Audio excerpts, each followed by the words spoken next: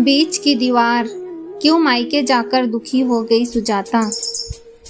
Mummy, आप नानी के यहाँ जाने के लिए पैकिंग करते हुए भी इतनी उदास क्यों लग रही हैं? आपको तो खुश होना चाहिए। नानी मामा से मिलने जा रही हैं। पिंकी दीदी, सोनू भैया भी मिलेंगे। नहीं नहीं, खुश तो हूँ, बस जाने से पहले क्या क्या काम निपटाने हैं यही सोच रही हूँ। खूब एंजॉय करना मम्मी, हमारी पढ़ाई के कारण तो आपका जल्दी निकलना भी नहीं होता। कह कर मेरे गाल पर किस करके मेरी बेटी सुकन्या चली गई। सही तो कह रही है, कोई मायके जाते हुए भी इतना उदास होता है। मायके जाते समय तो एक धीर गंभीर स्त्री भी चंचल तरुणी बन जाती है। पर सुकन्या को क्या बताऊं, कैसे दिखाऊं उसे अपने मन पर लगे घाव। 20 साल की ही तो है, दुनिया के दाव पेचों से दूर। अभी तो उसकी अपनी अलग दुनिया है, माँ बाप के साए में हंसती मुस्कुराती खिलखिलाती दुनिया। मेरे जाने के बाद अमित, सुकन्या और उससे 3 साल छोटे सौरभ को कोई परेशानी ना हो, इस बात का ध्यान रखते हुए घर की साफ सफाई करने वाली रमाबाई और खाना बनाने वाली कमला को अच्छी तरह निर्देश दे दिए थे। अपना बैग बंद कर मैं अमित का ऑफिस से आने का इंतजार कर रही थी। सौरभ ने भी खेल कर आने पर पहला सवाल यही किया, मम्मी पैकिंग हो गई? आप बहुत सीरियस लग रही हैं, क्या हुआ? नहीं, ठीक हूँ, कहते हुए मैंने मुस्कुराने की कोशिश की। इतने में अमित भी आ गए।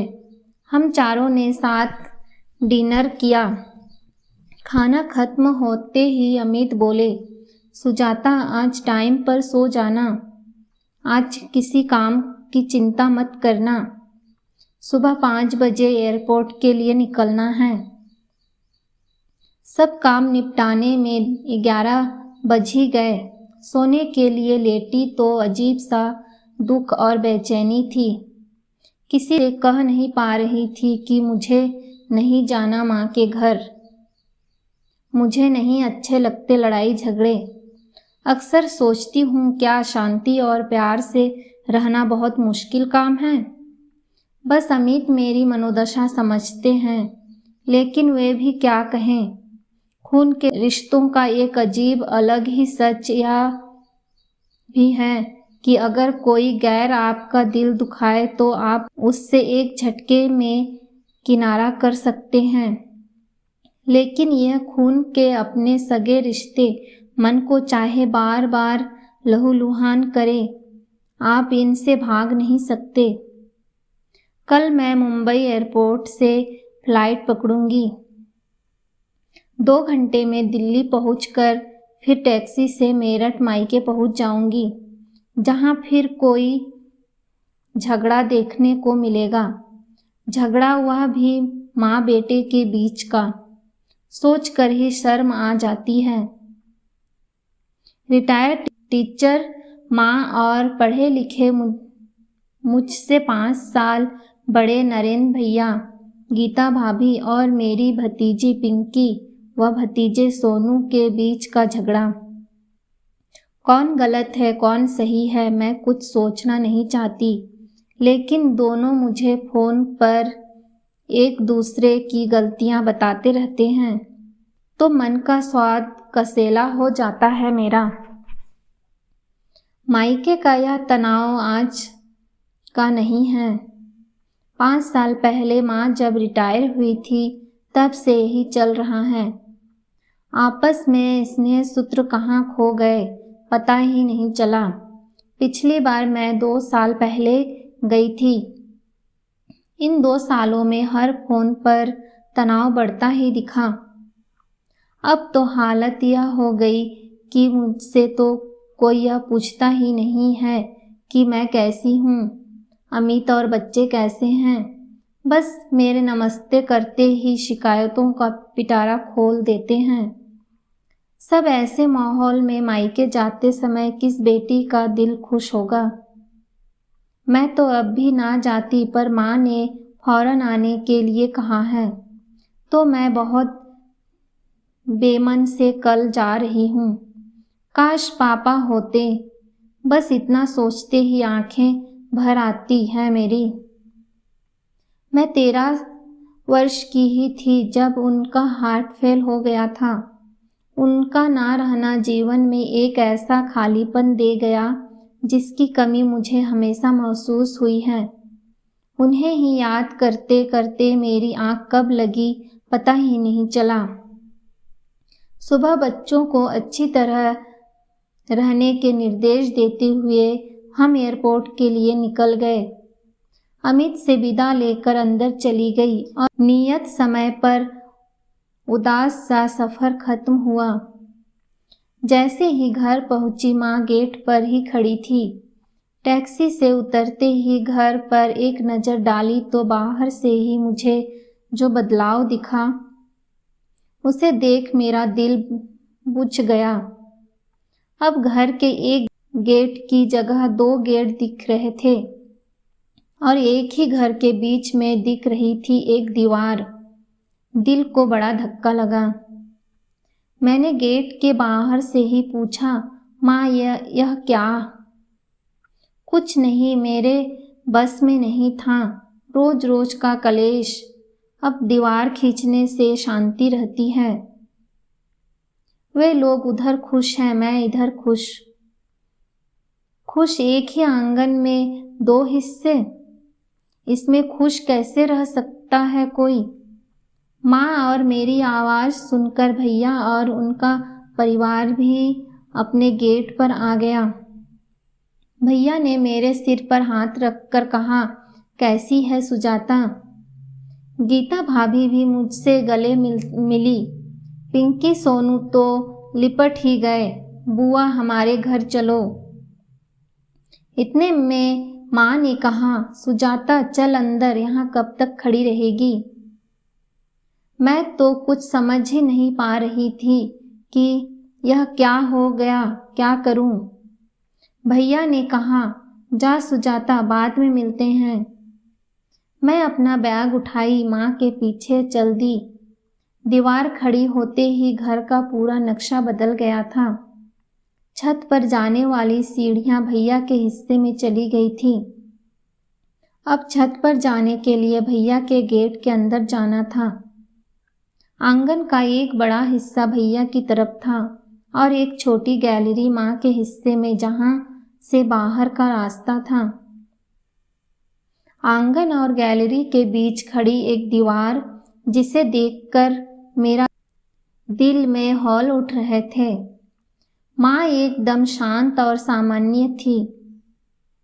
नहा धोकर मैं थोड़ी देर लेट गई।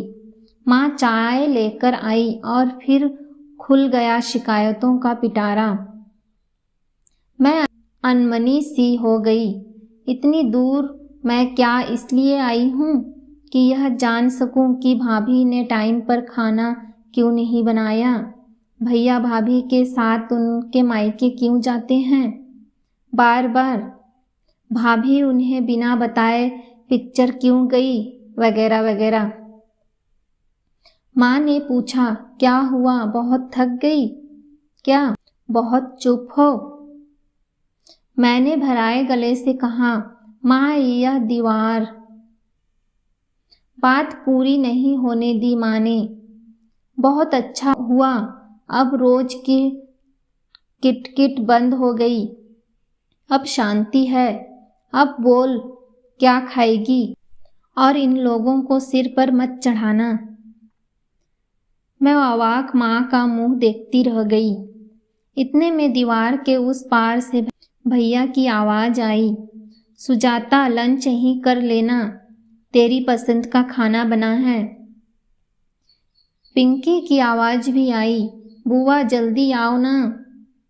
माँ ने पल भर सोचा, फिर कहा, चल अच्छा, एक चक्कर काट आ उधर, नहीं तो कहेंगे माँ ने भाई बहन को मिलने नहीं दिया।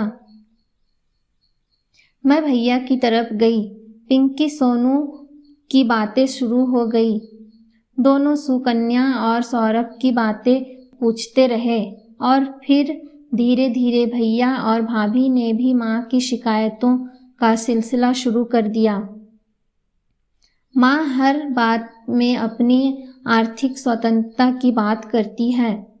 उन्हें पेंशन मिलती है, वे किसी पर निर्भर नहीं हैं। बात बात में गुस्सा करती हैं। समय के साथ कोई समझौता नहीं करती है।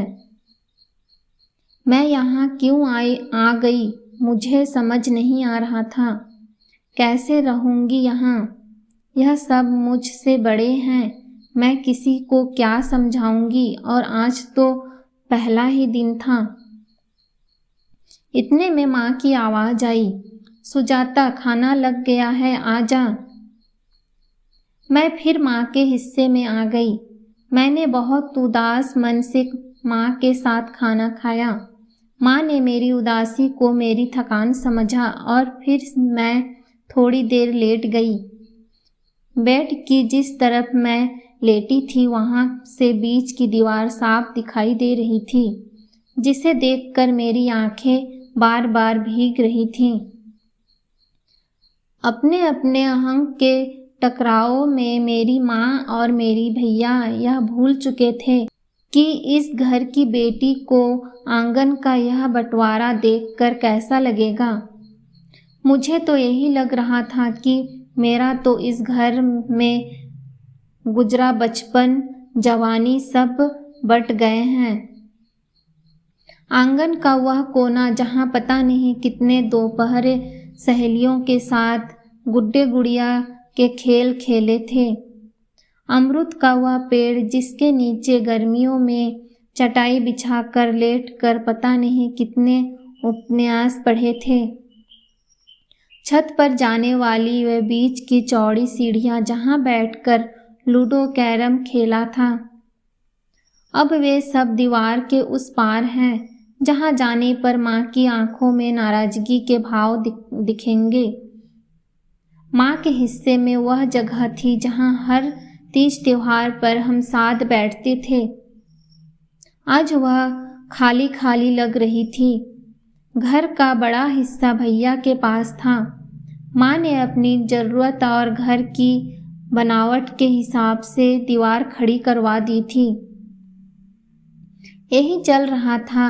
मैं भैया की तरफ होती तो माँ बुला लेती और बार बार पूछती कि नरेन क्या कह रहा था। भैया भाभी पूछते, माँ मुझे क्या बताती है उनके बारे में। मैं कुछ खास नहीं का नापतुला जवाब सबको देती। मुझे महसूस होता घर भी मेरे दिल की तरह उदास है। मैं मन ही मन अपने जाने के दिन गिनती रहती। अमित और बच्चों से फ़ोन पर बात होती रहती थी। दिन भर मेरा पूरा समय इसी कोशिश में बीतता कि सबके संबंध अच्छे हो जाएं, लेकिन शाम तक परिणाम शून्य होता। एक दिन मैंने माँ से पूछ ही लिया, माँ मुझे आपने फ़ोन पर इस दीवार के बारे में नहीं बताया और फौरन आने के लिए क्यों कहा था? माँ ने कहा, ऐसे ही गीता को दिखाना था, मैं अकेली नहीं हूँ, बेटी है मेरे साथ। मैंने भैया से पूछा, आपने फ़ोन पर बताया नहीं कुछ? जवाब भाभी ने दिया, बस फ़ोन पर क्या बताते, दीवार खींचकर माँ खुश हो रही है तो हमें भी क्या परेशानी है, हम भी आराम से हैं। मेरे मन में आया ये सब खुश हैं तो मुझे ही क्यों तकलीफ हो रही है घर के आंगन में खिंची दीवार से। एक दिन तो हद हो गई। माँ मुझे साड़ी दिलवाने मार्केट ले जा रही थी। मैंने कहा, माँ पिंकी और सोनू को भी बुला लेती हूँ, उन्हें उनकी पसंद का कुछ खरीद दूंगी। माँ ने फौरन कहा, नहीं हम दोनों ही जाएंगे। मैंने कहा, माँ बच्चे हैं, उनसे कैसा गुस्सा, मुझे उन सब पर गुस्सा आता है। मैं उस समय उन्हें नहीं ले जा पाई। उन्हें मैं अलग से ले कर गई, उन्हें उनकी पसंद के कपड़े दिलवाए। फिर हम तीनों ने आइसक्रीम खाई। जब से आई थी यह पहला मौका था कि मन को कुछ अच्छा लगा था। पिंकी व सोनू के साथ समय बिताकर मन बहुत हल्का हुआ। 5 दिन बीत रहे थे। मुझे अजीब सी मानसिक थकान महसूस हो रही थी। पूरा दिन दोनों तरफ की आवाज़ों पर कभी इधर तो कभी उधर घूमती दौड़ती रहती। मन रोता मेरा। किसी को एक बेटी की दिल की कसक नहीं दिख रही थी। किस बेटी का मन नहीं चाहता कि कभी वह 2-3 साल में अपने मायके आए तो प्यार और अपनेपन से भरे रिश्तों की मिठास यादों के साथ लेकर जाए। मगर मैं जल्दी से जल्दी अपने घर मुंबई जाना चाहती थी, क्योंकि मेरा मायका नहीं रह गया था। वह तो ऐसा मकान था जहां दीवार की दोनों तरफ माँ बेटा बुरे पड़ोसियों की तरह रह रहे थे। इस माहौल में किसी बेटी के दिल को चैन नहीं आ सकता था। मैंने अमित को बता दिया कि मैं 1 हफ्ते में ही आ रही हूँ। अमित सब समझ गए थे। 7वें दिन मैंने अपना बैग पैक किया। सबसे कसैले मन से विदा ली। भैया ने अपने जान पहचान की टैक्सी बुलवा दी थी। टैक्सी में बैठकर सीट पर सिर टिकाकर मैंने अपनी आंखें बंद कर ली। लगा विदाई तो आज हुई है मायके से। शादी के बाद जो विदाई हुई थी उसमें फिर मायके आने की, सब से मिलने की एक आस, चाह और कसक थी। लेकिन अब लग रहा था कभी नहीं आ पाऊंगी। इतने प्यारे मीठे रिश्ते में आई कड़वाहट सहन करना बहुत मुश्किल था। मायके में खड़ी बीच की दीवार रह रह कर मेरी आंखों के आगे आती रही और मेरा गला भिगोती रही। यह कहानी आपको कैसी लगी? अच्छी लगी तो इस चैनल को लाइक और सब्सक्राइब जरूर करें।